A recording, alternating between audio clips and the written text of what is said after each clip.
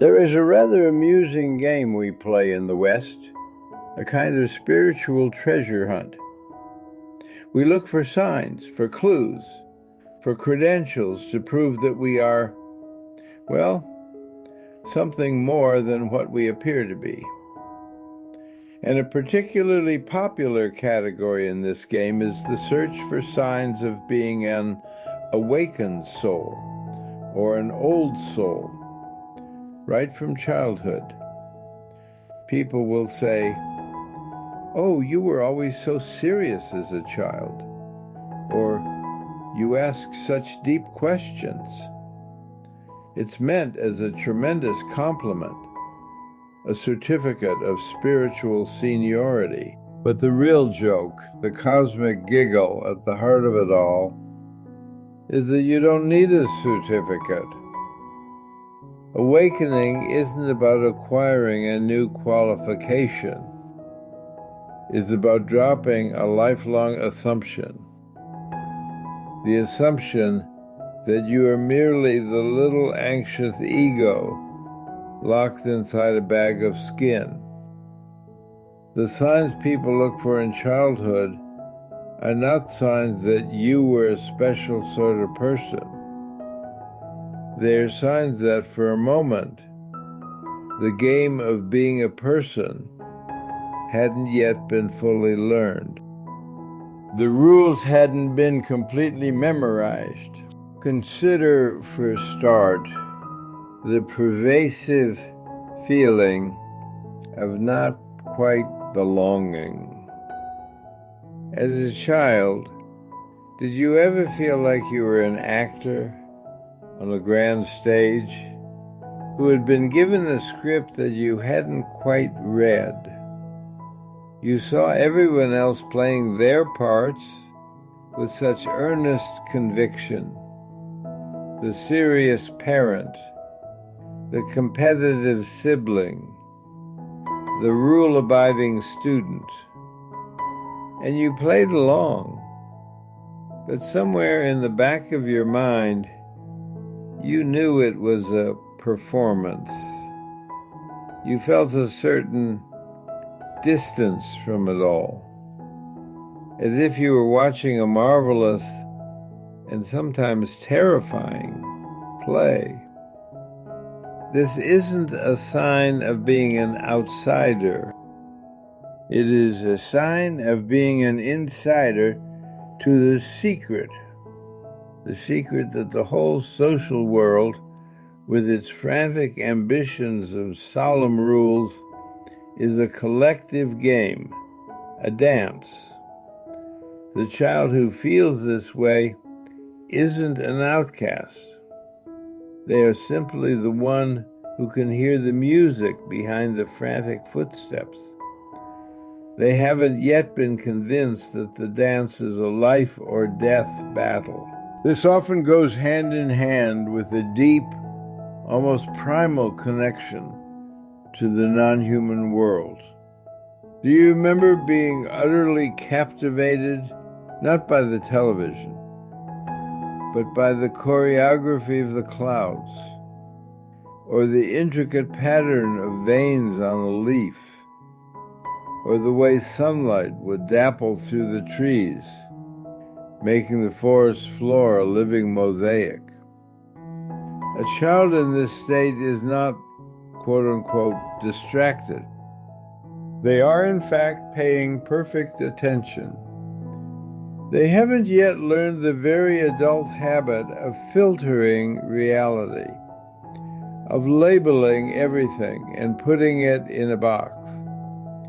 To them, the world is not a collection of resources or obstacles. It is a single, unfolding, magical process. They don't see a tree as a separate object to be named and ignored. They feel the treeness of the tree. They understand without words that you are not a visitor in the universe. You are not a stranger who has arrived in a foreign land. You are the land itself, waking up to its own contours. You are the universe, peopling, just as a cloud clouds, or a wave waves. This isn't a special spiritual talent. It is our fundamental nature before we are taught to forget it. Then, of course, there is the third sign, which adults find both charming and maddening: the incessant asking of why.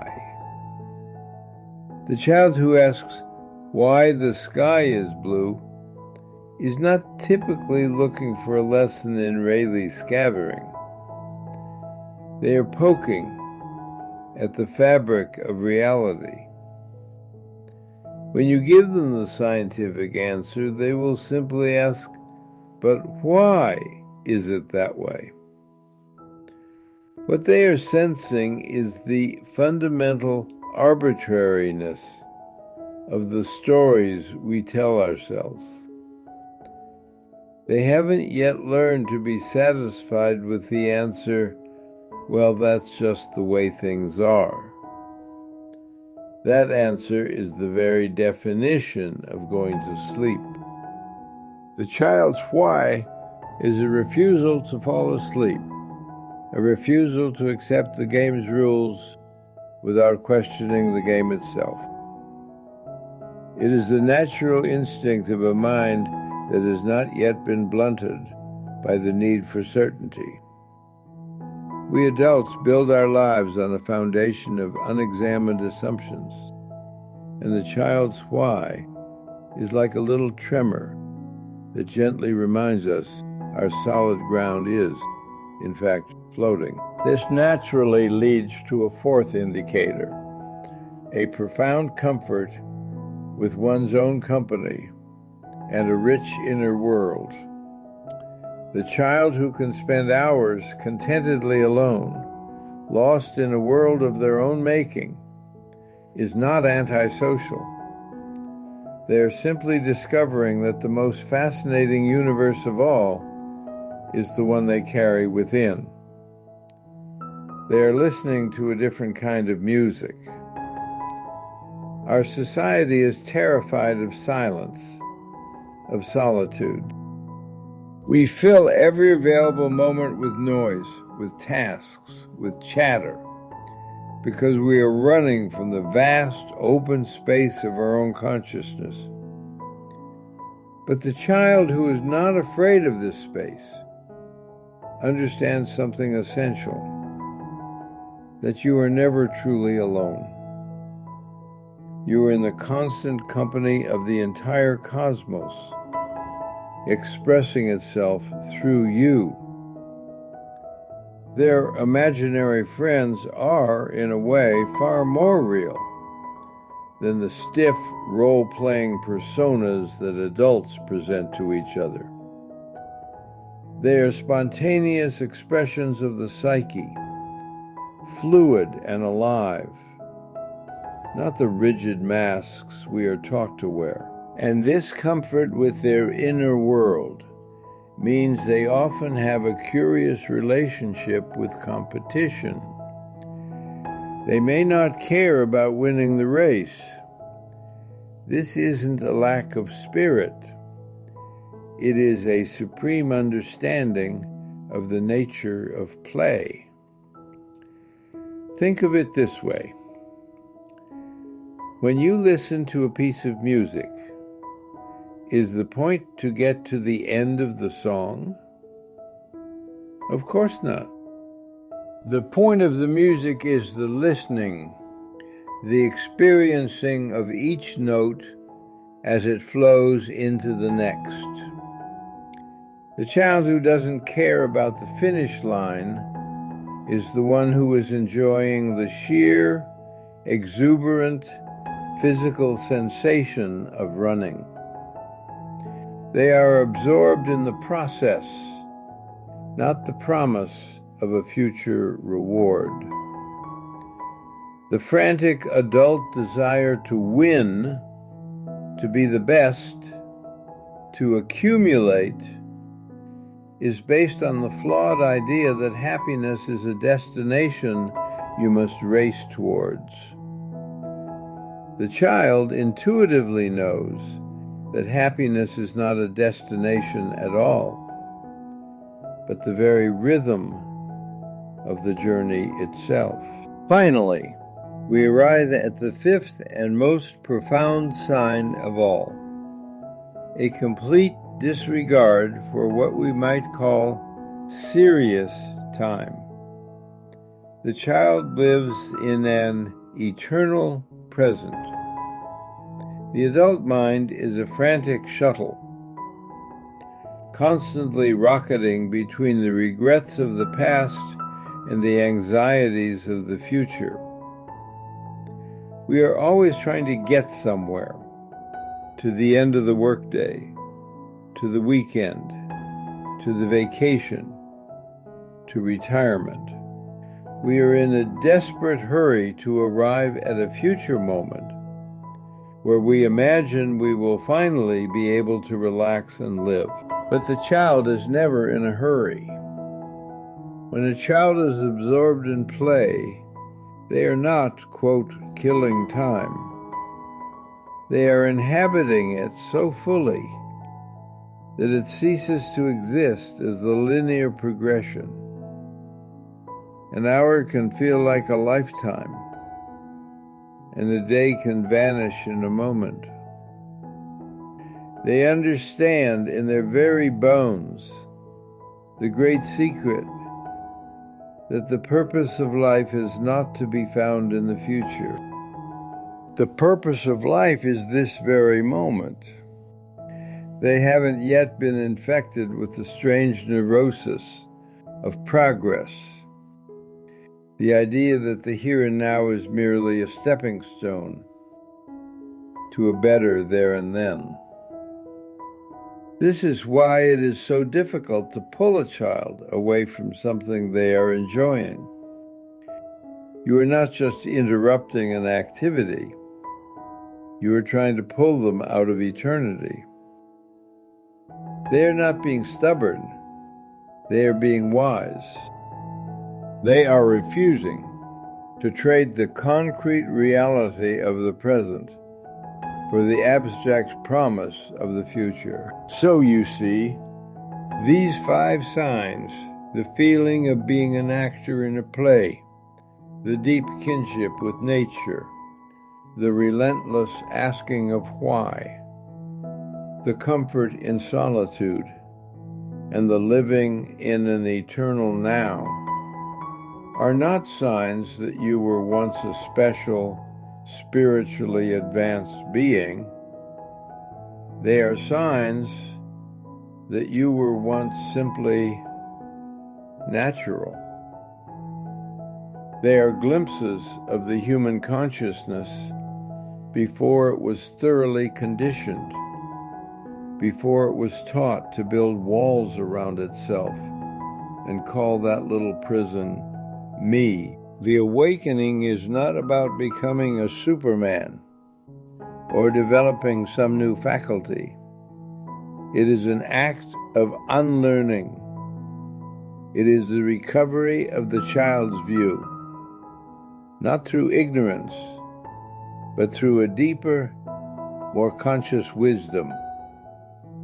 It is to look at the frantic, serious game that everyone is playing and to smile with genuine affection and to see it for what it is, a magnificent cosmic dance. The point isn't to stop dancing, but to know that you are the dance. You are not a lonely wave struggling to get to the shore. You are the entire ocean, playing at being a wave for a little while. And the signs from your childhood? They were simply the moments when you forgot your lines, looked up from the script, and remembered for a fleeting instant the boundless sea from which you arise. The point was never to get a certificate proving you are an old soul, but simply to enjoy the game of being a new one. And so the immediate temptation upon hearing all this is to start a project, a very serious adult project called The Recapturing of My Lost Childhood Innocence. We will set goals. We will meditate on being spontaneous. We will schedule 30 minutes of wonder into our daily calendar. But do you see the delicious absurdity in this? We take the very quality we admire, the child's effortless, unself-conscious being, and we turn the pursuit of it into another grim duty, another job to be done. It is a spiritual form of gymnastics, where we try to force ourselves into a posture of relaxation. This is the great paradox. You cannot try to be spontaneous any more than you can try to be happy. The moment you make it an object of your will, a goal to be achieved, it vanishes. It's like trying to grab hold of smoke with your fist, or trying to make a wave hold still for a photograph. The very act of grasping destroys the thing you wish to possess. The child is not trying to be in the present moment. They are simply there because they have not yet learned the art of being anywhere else. So what is one to do? The answer is marvelously simple and therefore infuriatingly difficult for our complicated minds to accept. You do nothing. You simply notice. You notice the frantic urge to improve yourself, to get somewhere else. And you watch it with a kind of amused curiosity. You don't fight it. You don't condemn it. You just see it for what it is, a nervous habit, a kind of mental twitchiness we were taught was virtuous. The path is not one of willful regression to childhood. We cannot and should not abandon our adult responsibilities. The real art is to carry them out with the spirit of play. This is the great secret of what the Taoists call wu-wei, which is often translated as not doing or not forcing. It doesn't mean to sit on a cushion like a lump of dough. It means to act in harmony with the way things are, just as a boatman in a swift current doesn't paddle against it, but uses the river's own power to steer. He is supremely active, yet in a way he is doing nothing. He is allowing the river to do the work. Can you then approach your adult life in this way? Can you see the paying of taxes, the driving to work, the business meetings, not as a grim struggle against existence, but as your part in the cosmic dance? It may be a rather clumsy and awkward dance at times, but it is a dance nonetheless. The real awakening is not about escaping the human world, but about seeing the divine play in its very midst.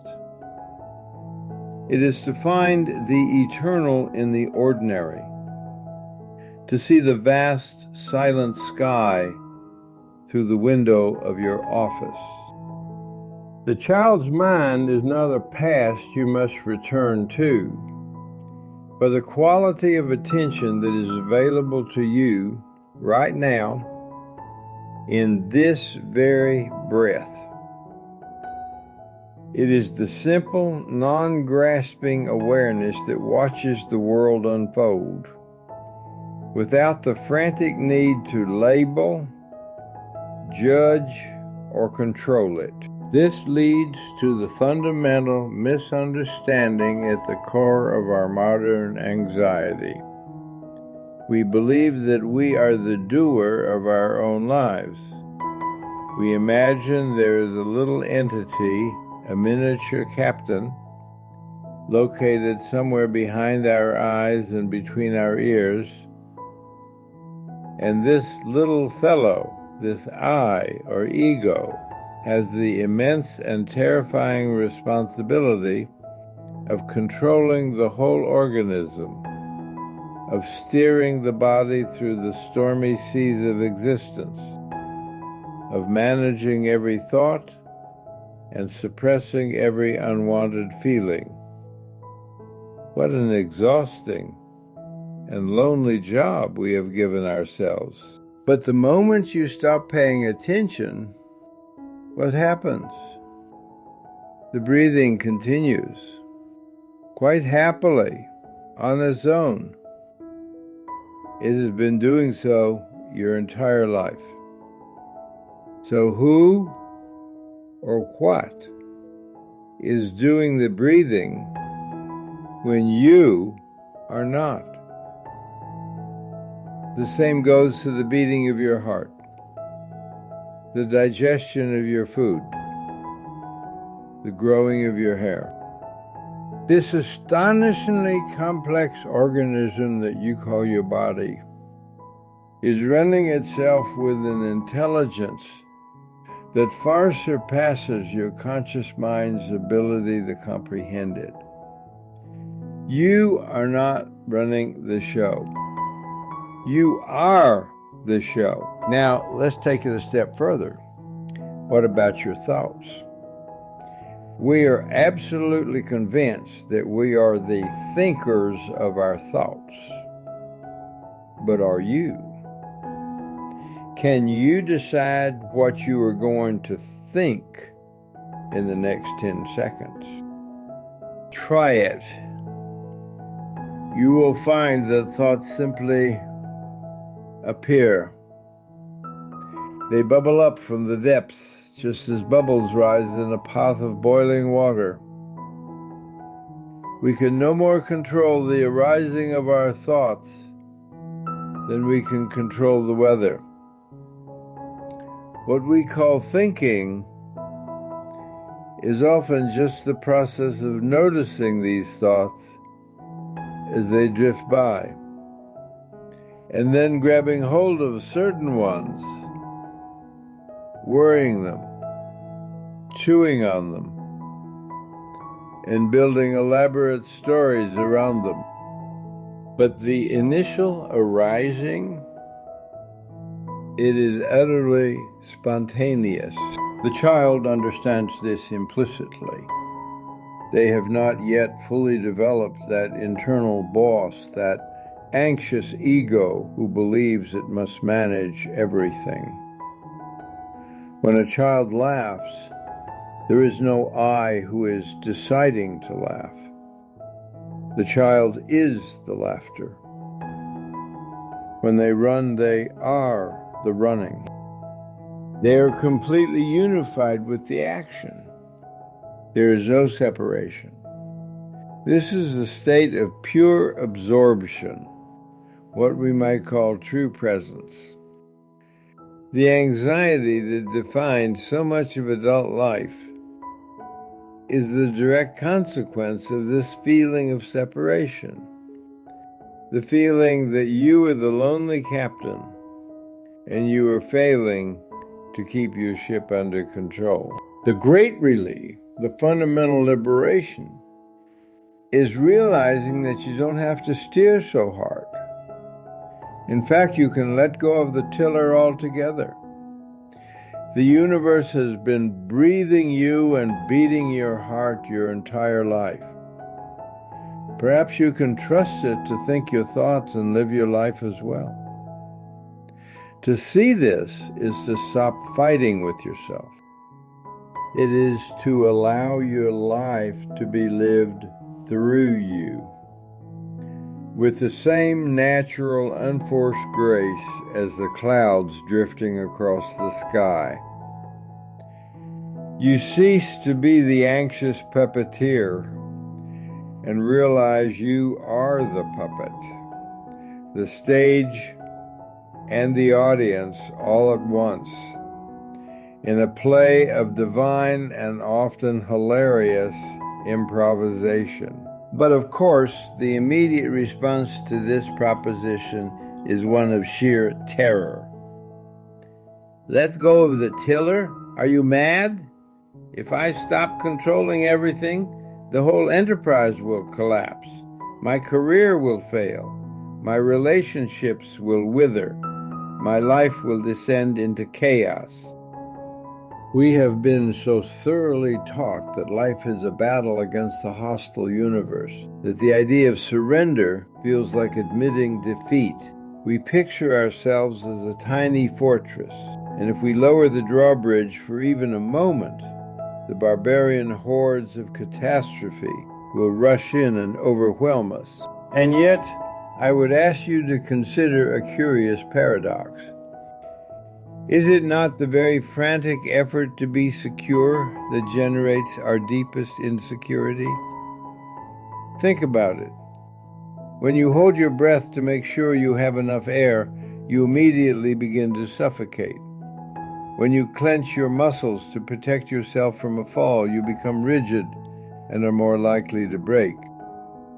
The person who is obsessed with never being sick lives in a state of constant low-grade anxiety about germs, a kind of psychological illness in itself.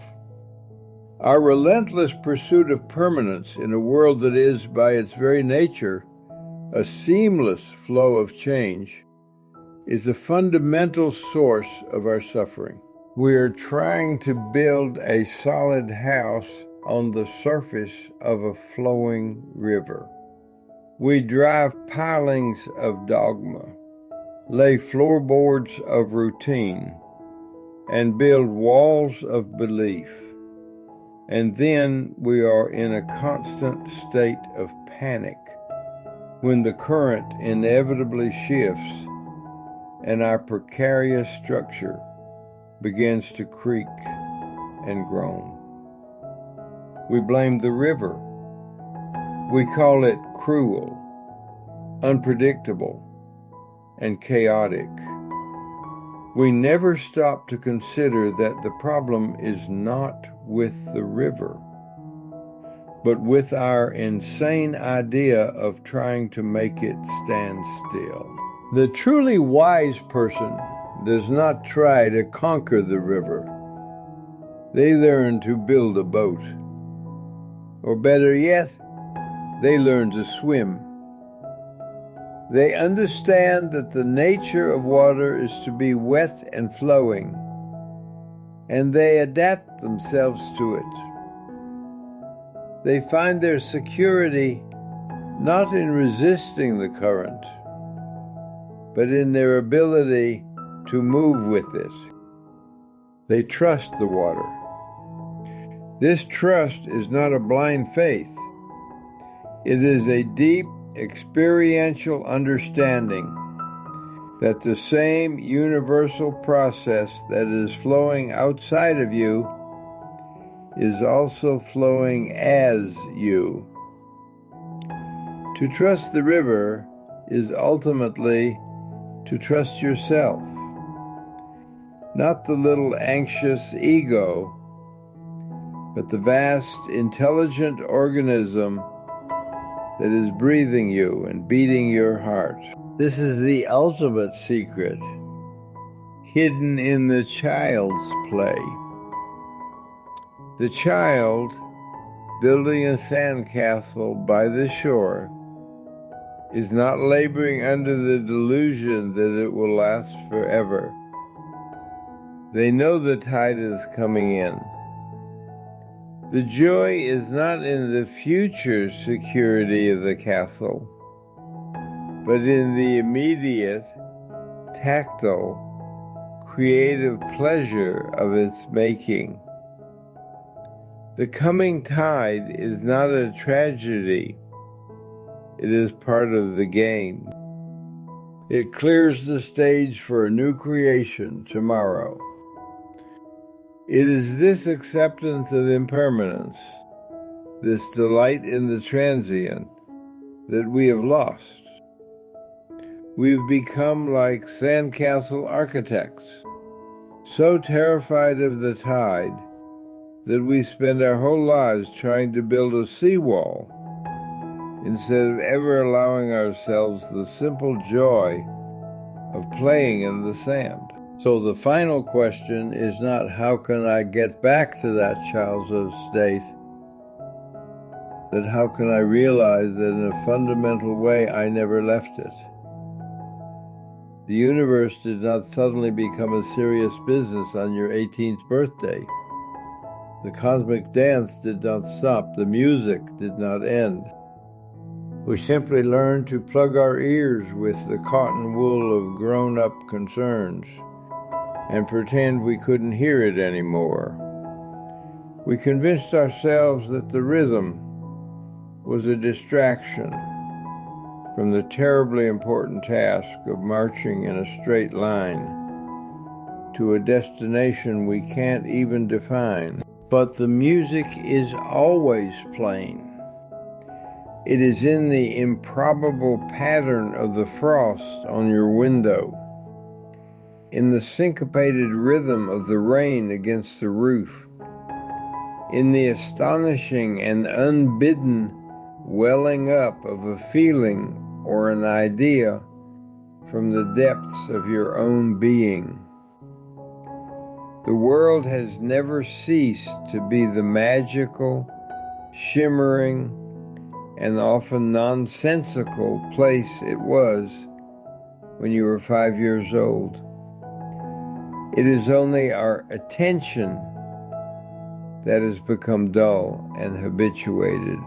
The practice, then, is not one of adding anything new, but of gently subtracting the layers of resistance we have built up. It is the art of allowing. Can you allow a moment of your day to be utterly useless, to have no goal beyond itself? Can you simply sit and watch the clouds without feeling the need to photograph them, categorize them, or turn the experience into a productivity hack for mindfulness? Can you listen to a piece of music without simultaneously planning your grocery list?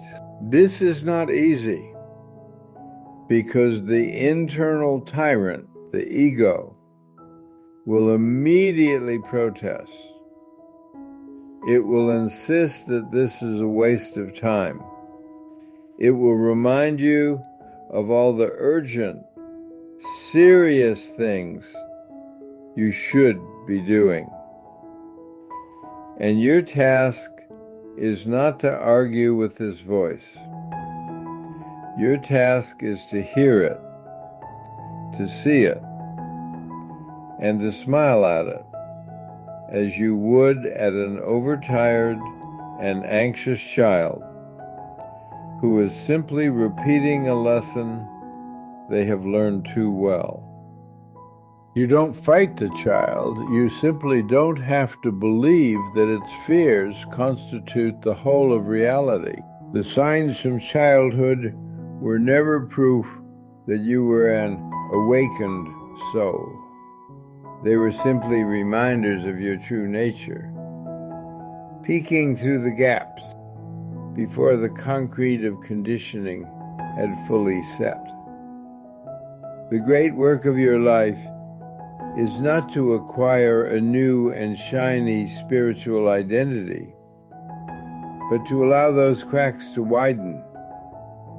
It is to let the wild, untamable, playful, and deeply intelligent nature of the universe, which is and always has been your own nature, to bubble up once more, to see that the most profound and spiritual thing you can possibly do is to stop trying to be spiritual and just be as you are. To realize that you are not a pilgrim on a long and arduous journey to the divine. You are the divine on a brief and rather amusing journey as a pilgrim. And the whole point, you see, is simply to enjoy the walk. This is why, in the end, all the talk of awakened souls and spiritual paths can become the most subtle and resilient of traps. It sets up another game, another hierarchy, another race to the finish line. We trade in the ambition for a bigger house for the ambition to have a bigger aura. We substitute the anxiety of the stock market for the anxiety of the spiritual marketplace. We start comparing our meditative states, our insights, our level of consciousness. But the universe is not a school in which you are graded. It is a festival, and you were invited to dance. The ultimate joke, the cosmic giggle that lies at the heart of Zen and Taoism is that there is nothing to attain. There is nowhere to get to. The state you are so desperately searching for is the state you are in right this very moment. But you are failing to notice it because you are so busy searching. It's like a man wearing spectacles on his forehead who runs around the house in a panic crying, "Where are my spectacles?" A wise friend doesn't give him a map to find them. He simply taps him gently on the forehead. The awakening is that tap on the forehead. It is the sudden, shocking, and hilariously simple realization that this is it. This ordinary, messy, beautiful, and sometimes painful moment is the destination. This is the sacred ground. This is the kingdom of heaven. It is not hidden in a cave in the Himalayas, nor is it waiting for you after 30 years of rigorous meditation. It is in the taste of your morning tea. It is in the feeling of your feet on the floor. It is in the sound of traffic outside your window. Listen to the sounds in the room without judging them as pleasant or unpleasant. See the world as a child sees it, as a pure, unlabeled, shimmering, and miraculous happening. You will find that when you stop searching for the meaning of life, you will discover that your life has been meaningful all along. You have not been a student fumbling through a cosmic exam. You have been a note in an infinite symphony. And the point was never to get to the finale, but simply to sound your note purely and completely in the glorious, ever-present now. And this, you see, is where the philosophy ceases to be a mere charming intellectual game and becomes a matter of profound practical importance. For it is all very well to speak of enjoying the cosmic dance when the music is pleasant, when the sun is shining and all is well.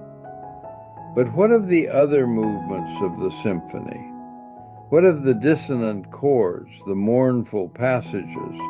What about grief and sickness and fear? Is this all just a part of the dance too? To suggest so can seem glib, even cruel. The real trouble begins when we decide that life ought to be a certain way, specifically that it ought to be consistently pleasant and secure. We believe we have a right to a life composed only of the upbeat major key passages. And so when the inevitable sorrow arrives, when the melancholy of the cello or the thunder of the kettle drums makes its entrance, we feel that the music has gone wrong. We feel that the universe has made a mistake, that it has violated our contract, and our immediate reaction is to resist. We declare war on the sorrow. We try to suppress the fear. We tell ourselves, I should not be feeling this way. This resistance is the very essence of suffering. It is a secondary layer of pain that we add on top of the original clean pain of the experience itself. A physical pain is a sensation, but the suffering comes from the thought, this is terrible, I can't stand it, when will it end? Grief is a natural process of the heart, but the suffering comes from the story. This should not have happened. My life is ruined forever. The child, in a way, understands this better. A child skins its knee. It cries with its whole being, a pure, unresisted expression of pain. There is no commentary. And then, a few moments later, the pain subsides, and the child is completely absorbed in watching a beetle crawl across the path. The adult skins their knee, and the pain is immediately followed by a cascade of thoughts. How stupid of me! Now my trousers are ruined. This will probably get infected. Why do these things always happen to me? The initial pain is a small event. The suffering is a long story we tell ourselves about it. To let go, then, is not to become a stoic, unfeeling block of wood. It is not to pretend that you don't feel pain. On the contrary, it is to allow yourself to feel it fully, without the secondary layer of resistance. It is to meet the experience, whether it is joy or sorrow, with a kind of open, curious attention. It is to say, ah, and now this. To observe the rising of anxiety as you would observe a dark cloud moving across the sky. You don't fight the cloud. You don't condemn it. You simply note its presence, its texture, its shape, knowing that, like all things, it too will pass. This is not apathy. It is a profound and intelligent form of love, a love for reality as it is, not as we think it ought to be. It is to discover a peace so deep that it is not disturbed by the passing storms on the surface, for it knows itself to be the vast, silent ocean beneath. To realize this is to understand that the boundary we draw around our own skin is a wonderful, necessary, but ultimately imaginary line. We are taught from our earliest days that everything inside this bag of skin is me, and everything outside is not me. This is a profoundly useful convention for navigating the world, for ordering lunch, for not walking into walls. But we have mistaken a useful convention for a metaphysical fact. We feel ourselves to be isolated islands of consciousness, and we spend our lives trying to build bridges to other islands. But the truth of the matter is that there is no water separating us. We are not islands at all. We are all interconnected peaks of a single, vast, underwater mountain range. What you are, fundamentally, is not just the little person who worries about the bills and remembers your childhood. You are the entire process. The most personal, intimate thing about you, your very consciousness, the feeling of being alive, is the most universal thing there is. The light of the sun does not stop at the surface of your eye and then get translated into a private, internal picture. The light of the sun becomes your seeing. The vibrations in the air become your hearing. The whole vast, intricate, and dazzling universe is not something you are looking at from a distance. It is looking out through your eyes. It is listening through your ears. When you feel a profound sense of wonder looking up at the stars on a clear night, you are not a tiny, insignificant creature observing a vast cosmos. You are the cosmos, in one of its countless forms, waking up to its own magnificence. This is the ultimate secret that the child knows without knowing that they know it. The child who feels an ecstatic unity with a stream, or a tree, or an animal, is not having a special experience. They are having the most natural experience of all, before they are taught to divide the world into a million separate pieces and to identify with only one tiny, anxious fragment of the whole. And so the journey is not one of becoming something you are not. It is the journey of unbecoming everything you were told you had to be, so you can simply be what you are. And what you are is not a noun, not a fixed and static thing. You are a verb. You are a process. You are the universe peopling, thinking, feeling, dancing for a little while. To return to that childhood wonder is simply to drop the exhausting pretense of being the lonely author of your own life, and to relax into the joy of being a single, unique, and utterly inseparable character in the greatest story ever told. It is simply the allowing of what you have always been to be.